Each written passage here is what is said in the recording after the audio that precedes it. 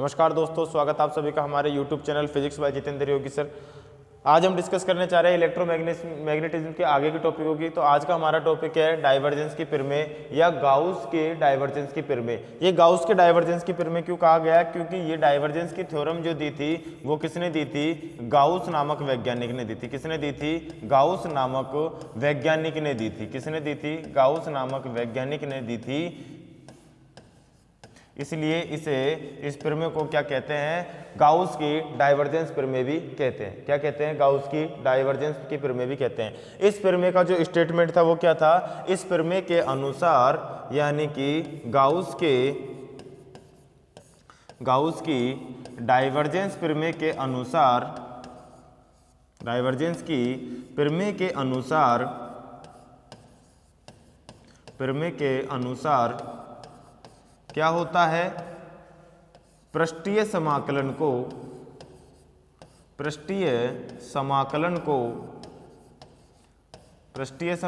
यानी surface integration को, पृष्ठीय समाकलन को आयतन समाकलन में परिवर्तित किया जाता है। पृष्ठीय समाकलन को आयतन समाकलन में परिवर्तित किया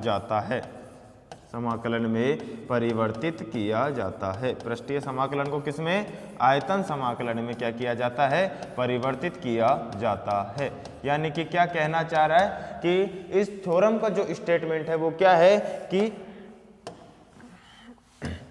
गाउस की थ्योरम के अकॉर्डिंग जो सरफेस इंटीग्रेशन होता है, सरफेस इंटीग्रेशन होता है, गाउस की जो थ्योरम है उसके अकॉर्डिंग क्या है? जो सरफेस इंटीग्रेशन है,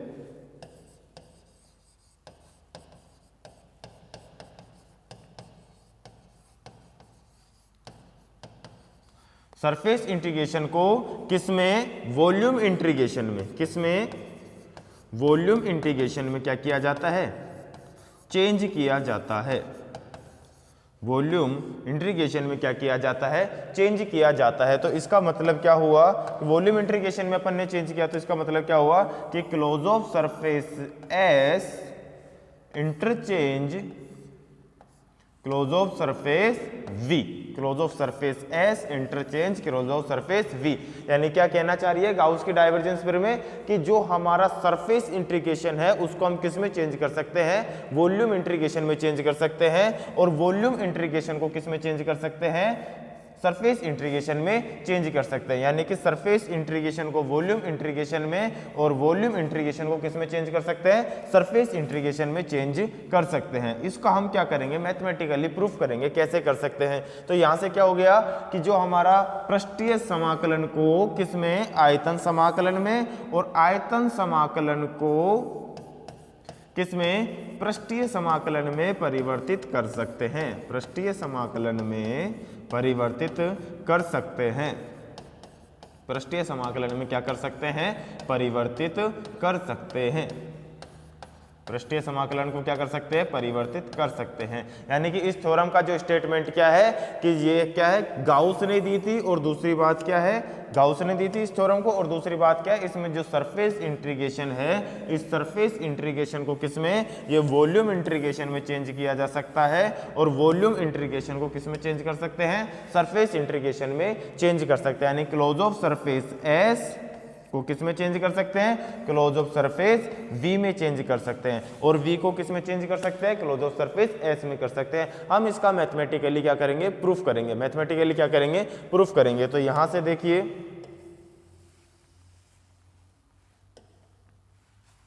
मैथमेटिकली क्या करेंगे? प्रूफ करेंगे।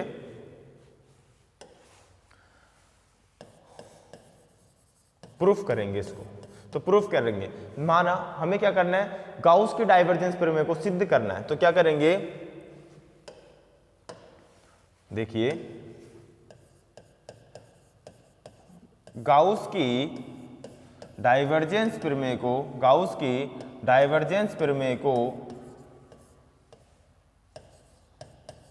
सिद्ध करने के लिए, गाउस की डाइवर्जेंस प्रमेय को सिद्ध करने के लिए एक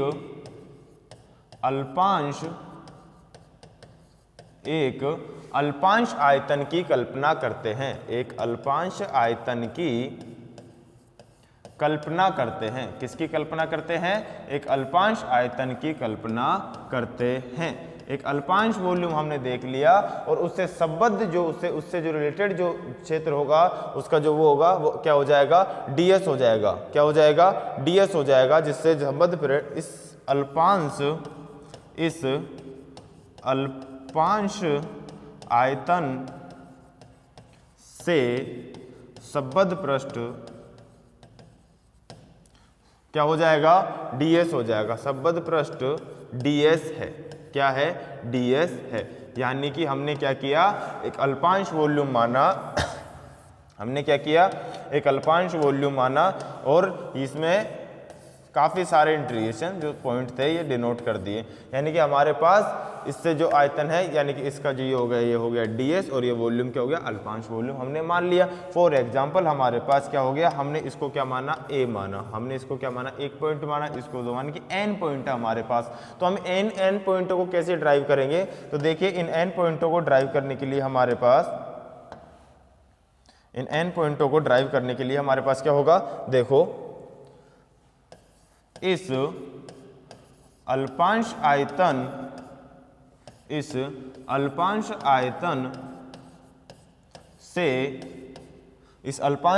से संबद्ध क्षेत्रफल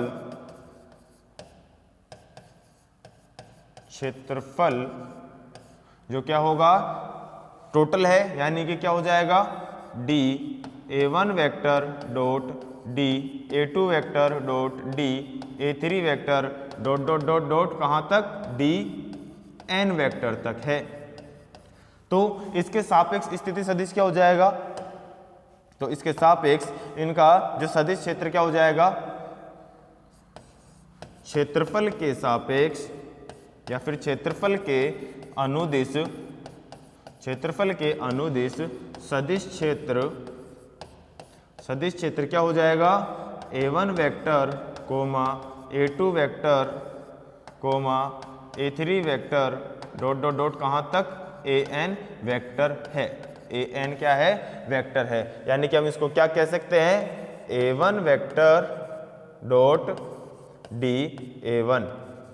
ये क्या हो गया? इसको मान लिया हमने a2 vector dot d a2 vector, यानी कि और इसको हमने क्या मान लिया? n मान लिया। इसको हमने क्या मान लिया? n मान लिया। इसको हमने क्या माना? n, यानी कि ai वेक्टर डॉट dai, यानी कि हमारे पास काफ़ी सारे जो हैं पार्टिकल्स हैं।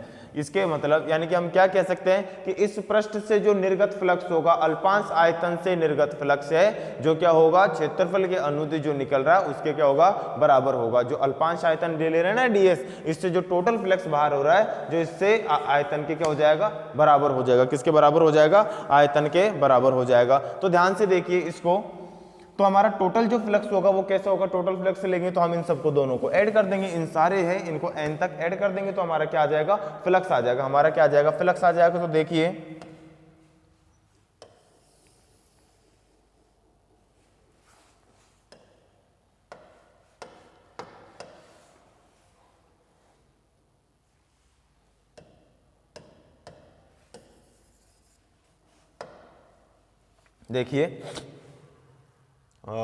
ये निकालेंगे क्लोज ऑफ सरफेस। क्या निकालेंगे? Close of surface a dot ds vector close of surface s a dot ds vector is equal to close of surface s a1 vector dot da1 vector plus क्या हो जाएगा? Close of surface s a2 vector dot da2 vector plus close of surface s a3 vector dot d a3 vector dot कहाँ तक? n तक लेके जाएंगे तो close of surface s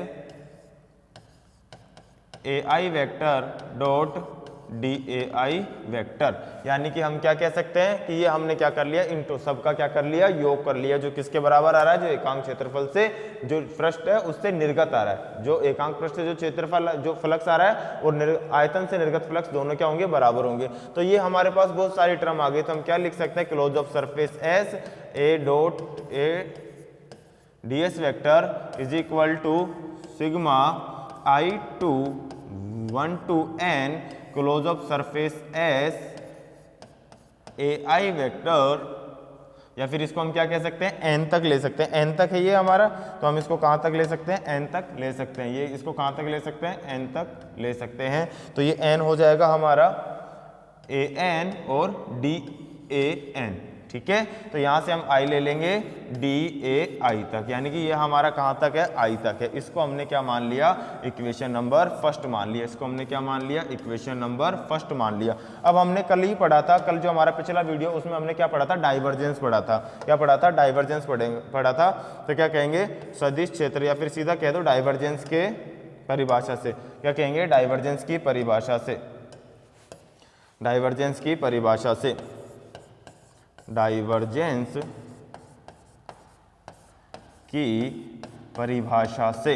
क्या कहेंगे, डाइवर्जेंस की परिभाषा से।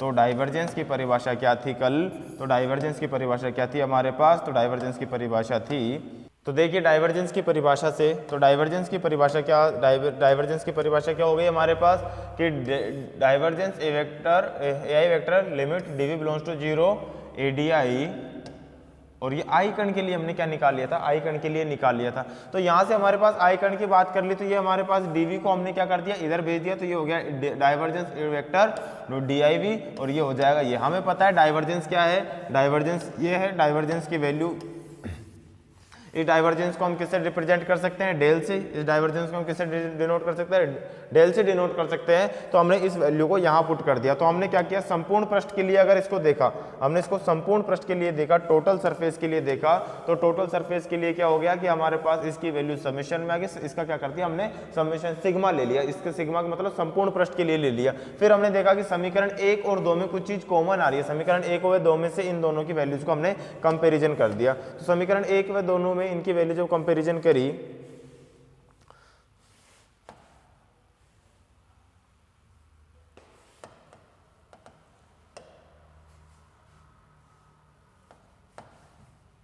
समीकरण 1 व 2 में इनकी जब वैल्यू कंपैरिजन करी, तो समीकरण 1 हमारे पास क्या थी, ये वैल्यू थी। समीकरण 1 ये रही हमारे पास, और समीकरण 2 क्या है, ये है। समीकरण 2 क्या है, ये है।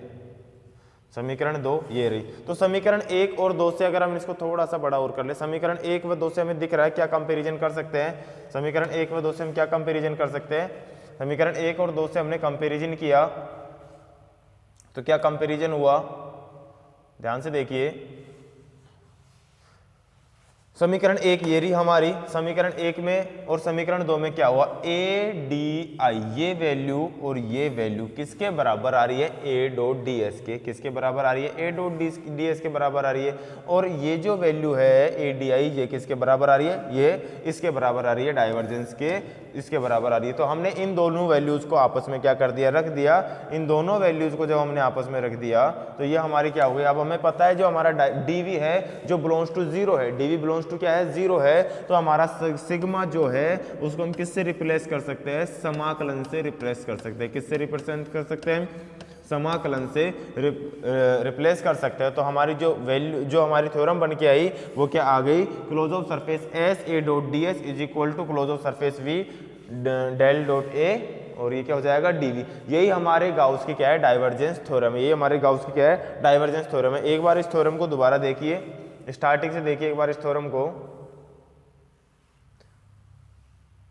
एक बार इस थ्योरम को दोबारा देखिए।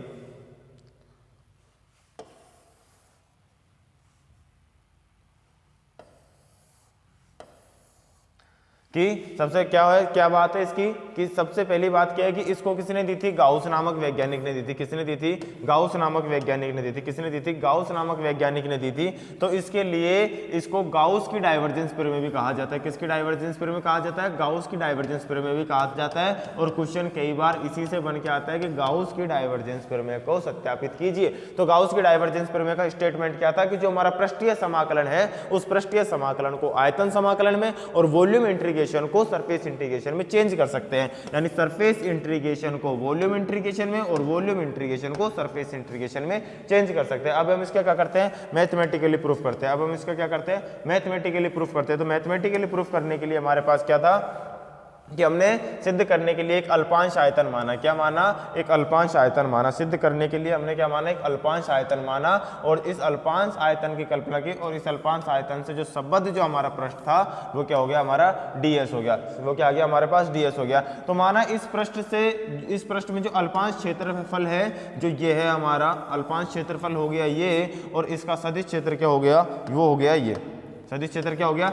ए वेक्टर a2 a3 और an तक हमारे पास क्या हो गया? सदिश क्षेत्र हो गया। हमें पता है कि हमारा जो फ्लक्स जो निर्गत हो रहा है वो इन दोनों के इक्विवेलेंट आ रहा है, तो हमने क्या कर दिया? a dot ds is equal to सबका एडिशन कर दिया। जब सबको ऐड कर दिया तो सबको ऐड करने के बाद हमारे पास इतनी वैल्यूज को कैलकुलेट करने के लिए हमने क्या कर दिया?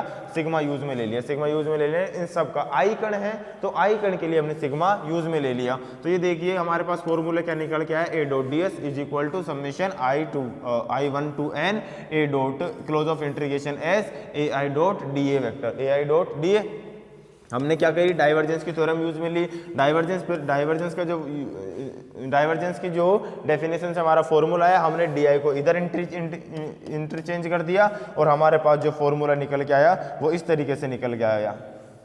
फिर हमने संपूर्ण पृष्ठ के लिए निकाला। जब संपूर्ण पृष्ठ के लिए निकाला तो इक्वेशन फर्स्ट और सेकंड को जब कंपैरिजन किया फिर हमें पता चला कि ये हमारी ये वैल्यूज निकल के आ रही है। क्या वैल्यू? ये वैल्यू बन के आ रही है। ये वैल्यू को हमने क्या किया कि हमारा dv बिलोंग्स टू 0 है तो क्लोज ऑफ इंटीग्रेशन है, तो हमने क्या कर दिया? सिग्मा को किससे रिप्लेस कर दिया? समाकलन से रिप्लेस कर दिया और हमारे पास ये वैल्यू आ गई। सिग्मा को जब हमने समाकलन से रिप्लेस किया तो ये हमारे पास ये वैल्यू निकल के आ गई। जब हमारे पास ये वैल्यू निकल के आ गई तो यही क्या थी? हमारे पास गाउस की डाइवर्जेंस की प्रमेय थी। उम्मीद करता हूँ आपको वीडियो समझ में आया होगा। आगे बात करते हैं नेक्स्ट टॉपिक की। राधे राधे।